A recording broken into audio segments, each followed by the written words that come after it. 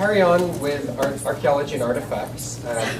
Sue Bazely has excavated for a number of years at the castle and a number of different contexts. And so she's going to talk to you about what we know so far of all the sites. So we're going to take a bit of a romp through the archaeology of the past 4 years, and hopefully this will give you a better idea of what has gone on. So located near the south coast in East Sussex, the Herstmonceux Castle Estate is currently 600 acres or approximately 242 hectares. The land is recorded in the Domesday Book in 1086 and would at one time have consisted of a manor house and associated buildings, church, and some settlement, as well as agricultural lands.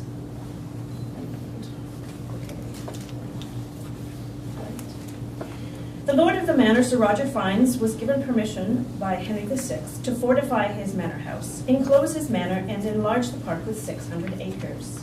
He erected the iconic red brick castle we see today. The church stands alone, surrounded by the cemetery and agricultural fields, and sheep graze in the pasture on the castle grounds.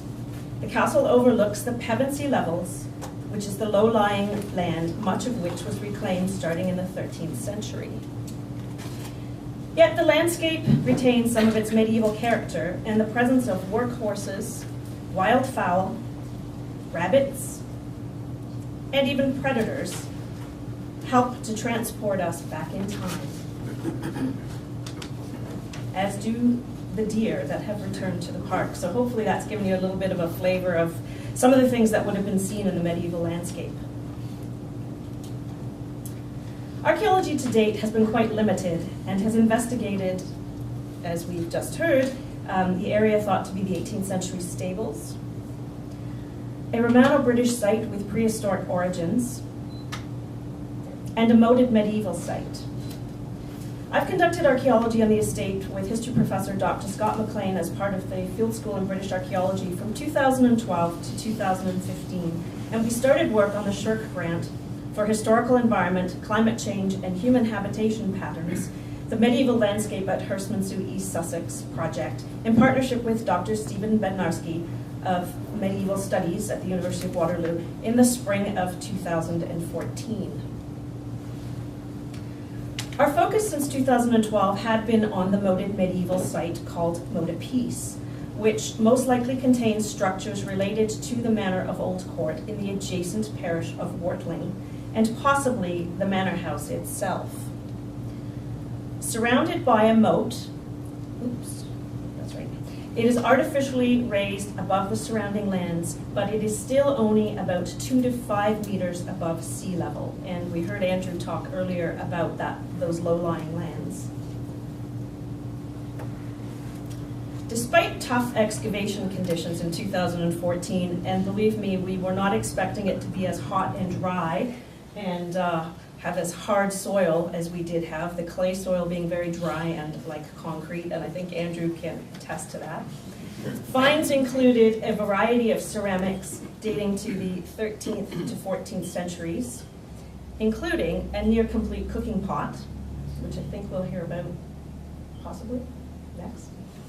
A silver long cross penny dating between 1247 and 1272 to the reign of Henry III, as well as these late Mesolithic to early Neolithic flint blades approximately 10,000 BC to 4,000 BC, or roughly 8,000 years ago. In conducting archaeological research, there are a number of variables that are evaluated when determining archaeological potential. These include, but are not limited to, the presence of previously identified archaeological sites, water sources, including primary, secondary, features indicating past water sources, and accessible or inaccessible shorelines, elevated topography, pockets of sandy soil in heavy soil or rocky ground, distinctive land formations, resource areas for food or medicinal plants or raw materials, areas of earlier settlement, early historic transportation routes, listed or designated heritage property, and properties with archaeological potential as identified by local histories or informants. And we have many of those examples in the areas we've been looking at and surveying. So based on the background research, a combination of visual reconnaissance, geophysical survey, and test pit excavation was identified as the appropriate approach to determine locations for more intense archaeological investigations. Electromagnetic geophysical survey was conducted in a portion of Stables Field, also known as Field 1 and HC9. And you can see just to the right of there, to the right of grid E is where Amelia was talking about. This was done, the geophysical survey was done in December of 2014 by Dr. Jonathan Fowler of St. Mary's University in Halifax, Nova Scotia, and Dr. Scott McLean.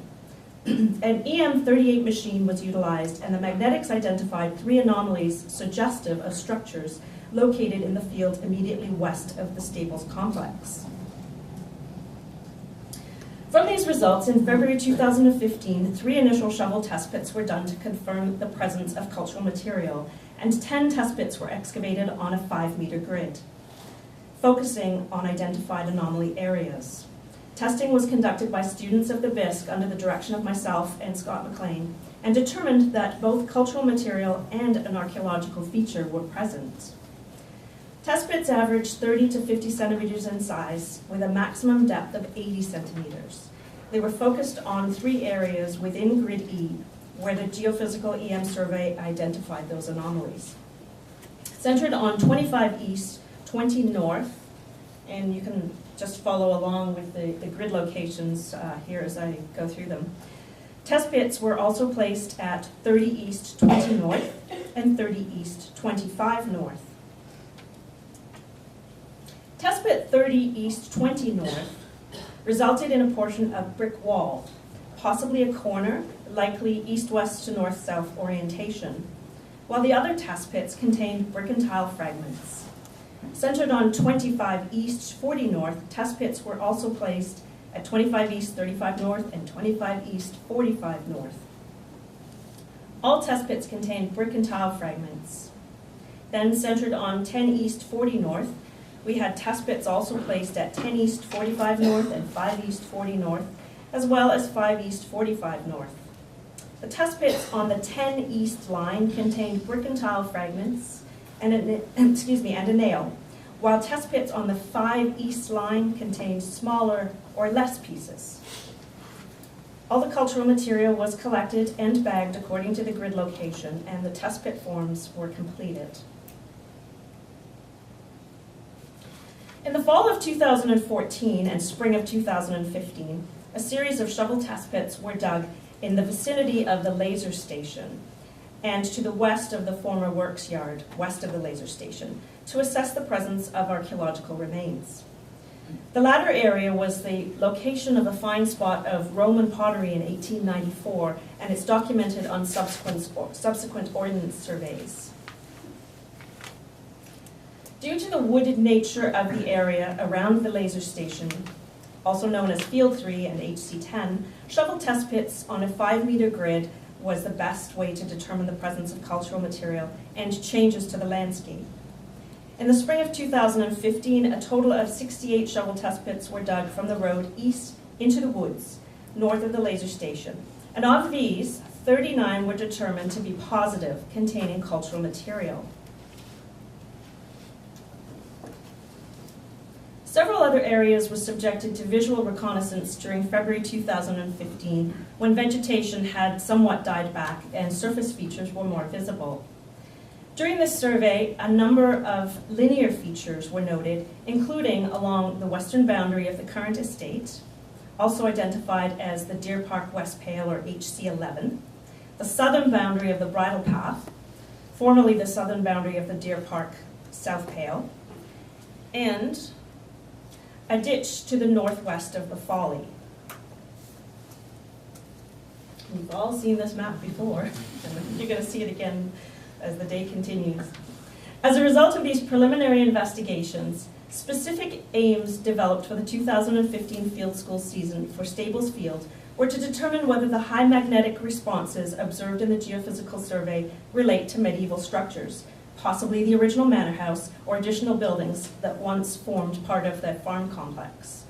3 additional areas of the estate to be examined aim to assess whether features identified during analysis of LiDAR, aerial photography, and field reconnaissance, and represented on the circa 1778 to 83 Yeakel and Gardner map of the estate, relate to the medieval landscape. The aim here was to survey and record linear features associated with the Deer Park Pale and other features of as yet unknown function, with excavation of up to 3 locations on the identified features to obtain data on construction techniques and structure, and potential environmental sampling. Survey and recording of the features on the western boundary of the Deer Park, northeast by the Folly, and near the south limits of the Deer Park were to be non-intrusive.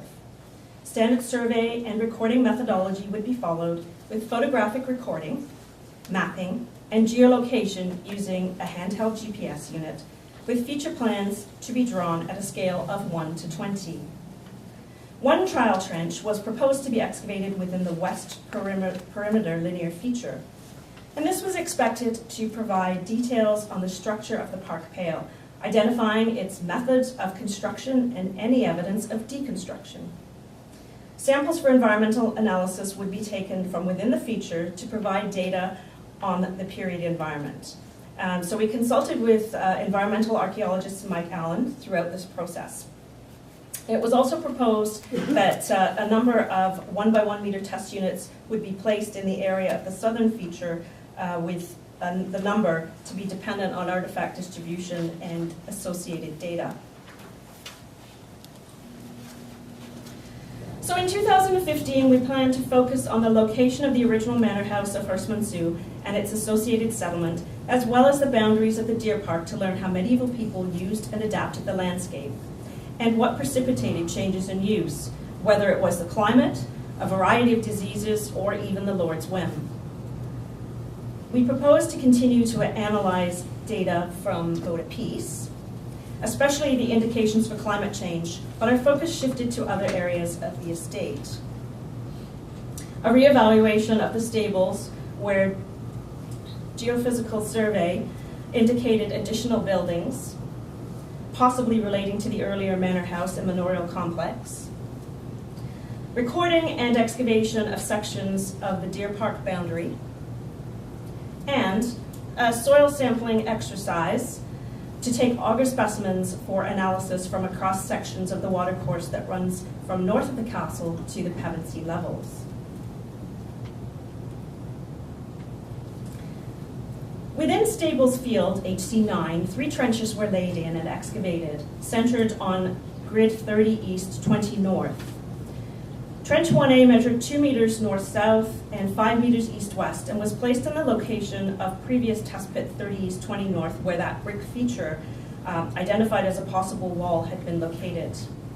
Trench 1B measured 5 meters north-south and 2 meters east-west, and it was located to the northwest of Trench A. And the third trench, 1C, was located immediately to the south of the west end of Trench 1A. And it was 2 meters by 2 meters north, south, east, west. We also had a small extension measuring 1 meter north, south by 2 meters east, west added to the northeast side of the Trench 1A. While all 3 identified geophysical anomalies were intended to be investigated, resources were focused on only one of the anomalies in order to do a more thorough investigation. Trench 1A consisted of 11 discernible contexts divided into 2 main periods, starting with post-medieval to the present, with the sod and the underlying fill. Below this were deposits related to the late or post-medieval period, including part of a brick drain structure and capstones, as well as the drain base and associated construction cut. The side walls of the drain were comprised of 4 courses of brick, while the width was 3 courses. Some of the bricks were also glazed. The capstones were oolithic limestone and worked sandstone. And in fact, some of these were determined to be reused roofing tiles, as there were peg holes present in them. And there were also some of these mortared into place. The base of the drain was constructed of sandstone slabs. Various fills within the drain are interpreted as either post-medieval to present or related to the late or post-medieval period. Another fill immediately adjacent to the drain feature is associated with the late or post-medieval period and represents either the construction of the drain or robbing of the area for building materials. And we heard Amelia refer to that with the buildings of the Staples complex. Another possible fill, the material into which the drain is cut, is also interpreted as late or post-medieval. And beneath the drain feature and fill was the natural subsoil. Trench 1B was also in the same anomaly area identified by the 2014 electromagnetic survey. And it was hoped additional structural features would be encountered. It just consisted of 8 discernible contexts divided into 2 main periods, with the post-medieval to the present, with the sod and underlying fill. And in this case, we had an unidentifiable feature, a pit or trench, observed by its cut, which is of unknown date. The fill within this feature is suggested to be late or post-medieval, but it wasn't possible to tell without any datable cultural material or further investigation. The pit feature was an irregular shape and measured approximately 60 centimeters east-west and 80 centimeters north-south. And it continued into the east bulk, so we couldn't really tell or say for sure whether there's any association between it and the drain feature in 1A, which was also encountered in 1C. And again, all of these contexts were underlain by a natural deposit. In 1C, which was to the south of and immediately adjacent to Trench 1A, we placed that to further investigate the drain feature, and it consisted of 5 discernible contexts, again with 2 main periods, starting with the post-medieval to the present, with the sod and the underlying fill. Another fill was contained within a somewhat ill-defined trench and could not be ascribed to any period at all. There was no evidence of the drain continuing, but it seems that the trench was redug and any surviving parts of the drain were removed or robbed out. Context 1C8 was the only context that could be noted as either late or post-medieval and represents the fill that the drain was actually cut into. So in the area of the laser station, or HC10, we had a total of 28 1 by 1 meter test units excavated. And these were initially placed on some of those positive shovel test pits that were dug earlier in the year. Investigation moved further east and north with finds of more Roman and medieval period ceramics. The main effort here was to try to understand the development of the landscape and determine whether there was a settlement established on the flat area. A total of 7 discernible contexts were identified in the area of the laser station, with 4 broad periods ascribed. And these include, and they are really broad, 20th century, 19th to 20th century, medieval to present, and Roman to medieval. 3 contexts were observed across the area investigated, and context 1, although naturally occurring, is attributed to medieval to present time period. Context 2 is also believed to be a natural accumulation and attributed to the Roman to medieval time. And with context 5, we had the natural subsoil. There were other contexts noted only in specific test units, and I'll give a couple of examples here. Context 4 was observed in test unit 9, and it consisted of construction or demolition debris, likely 19th to 20th century in origin. Similarly, context 7, noted in test units 9 and 21, relates to this brick path that is oriented northeast to southwest. It is of unknown construction and purpose and attributed to the 19th and the 20th century. In context 6, found only in test unit 22, may be representative of a boundary, but it's also of unknown origin. A linear ridge feature oriented north-south was situated on the east side of the area of investigation. And this feature was noted to be approximately 78 meters in length and on average 1 meter in width. It was, however, disturbed and extensively altered from badger activity, and it was also severely overgrown at the north end.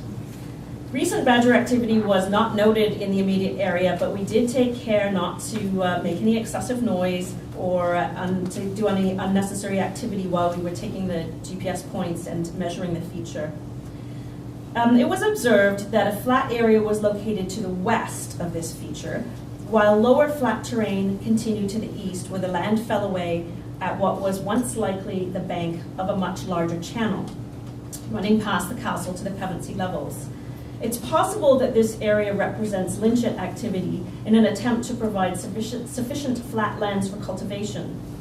If this is the case, the landscape was likely transformed sometime in the medieval period, although it could have occurred much earlier. The key feature in HC11, the Deer Park West Pale, is the linear bank and ditch feature oriented north-south and running along the western edge of the estate boundary. Its visible remains were recorded through photography and mapping with GPS readings taken at certain points.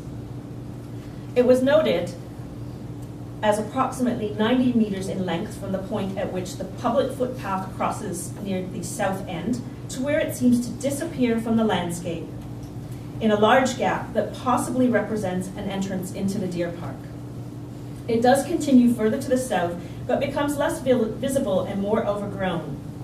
The feature was, on average, 2 meters in width, but varied considerably due to damage and alteration from path activity to intrusions of tree growth and the nature of the overgrown woods that it is situated in. This feature was searched for a suitable location for a trial trench. An area approximately midway along the most visible section was selected, and Trench 1A measured 5 meters east-west by 3 meters north-south. There were 5 discernible contexts within the trench and 3 periods identified. Context 1A1, although a natural deposition, is ascribed to the medieval to present, and the next underlying context, 1A2, is likely post-medieval and represents fill in the ditch feature. The next 2 contexts are likely medieval in origin, with 1A3 being the cut for the ditch feature and 1A4 being the bank of the feature, and also natural soil was represented with the last underlying context. So now we're just going to turn quickly to a review of the artifacts. A preliminary review of the artifacts from the 3 investigated locations identifies a total of 1,206 artifacts and provides a wide date range from Roman through medieval to post-medieval and likely a little bit of prehistoric. The majority of the artifacts were recovered from HC9, or the Stables Field, at 836, with most being attributed to context 2. So of those 836, 650 were from that one context. At HC10, the laser station, the numbers vary throughout the test units, but there was a total of 358 objects. All material was derived from context 2, and only a very small number of artifacts were recovered from HC11, from the Trench 1A, with a total of 12. The highest frequencies of ceramics, being the best datable material, come from HC10, the laser station, at 182, and a considerably smaller amount from the HC9 Stables area, or Stables Field area, at 41. Counts for clay tile and brick are fairly high, with 407 from HC9 and 129 from HC10, with stone and flint counts also being fairly high, with 157 from HC9 and a much smaller amount from HC10, with only 30.